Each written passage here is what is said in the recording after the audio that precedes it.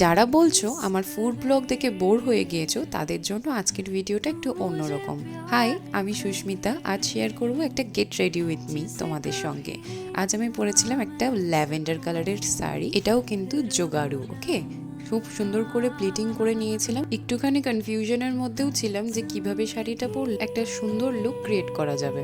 সাথে পরেছিলাম এরকম হোয়াইট কালারের একটা চোকার, আর এই রিংটা, হাতে ছিল একটি ঘড়ি, আর এই কুন্দনের চুমকোগুলো খুব সুন্দর না? আজ ভেবেছিলাম একটা পিঙ্কি স্টোনের মধ্যেই হালকা দেখে একটা লুক ক্রিয়েট করব। আচ্ছা, শাড়ি নিয়ে কিছু তথ্য তোমাদের সাথে শেয়ার করি। শাড়ি পরে দেখতে তো অনেকটাই ভালো লাগে, কিন্তু শাড়ি আমার পক্ষে সামলানোটা খুবই খুবই মুশকিল হয়ে পড়ে।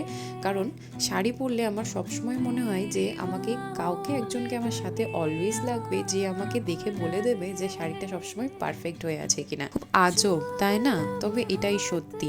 এখানে আমি ধীরে ধীরে একটার পর একটা করে বেস সেট করে নিচ্ছিলাম। ভেবেছিলাম একটা পার্পল কালারের আই মেকআপ করব, বাট ঠিক আছে, কোনো ব্যাপার না। এটা একটু পিঙ্কিশ হয়ে গিয়েছিল।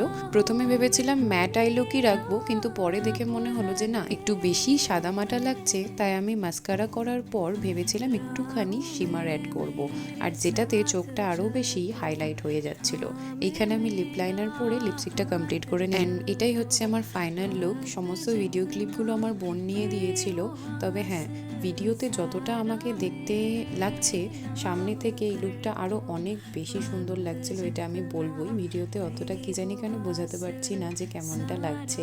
তোমরাই আমাকে কমেন্ট করে জানিও। অবশ্য আমি যখন পোস্ট করেছিলাম ছবিগুলো, তোমাদের ভালো রেসপন্স পেয়েছি। এটা ছিল আমার একটা বিয়েবাড়ির লুক। তবে হ্যাঁ, একটু খারাপ লাগছে, কারণ বিয়েবাড়ি গিয়ে আমি সেই রকমভাবে কোনো ক্লিপই নিয়ে উঠতে পারিনি, 2-4টে ক্লিপ ছাড়া।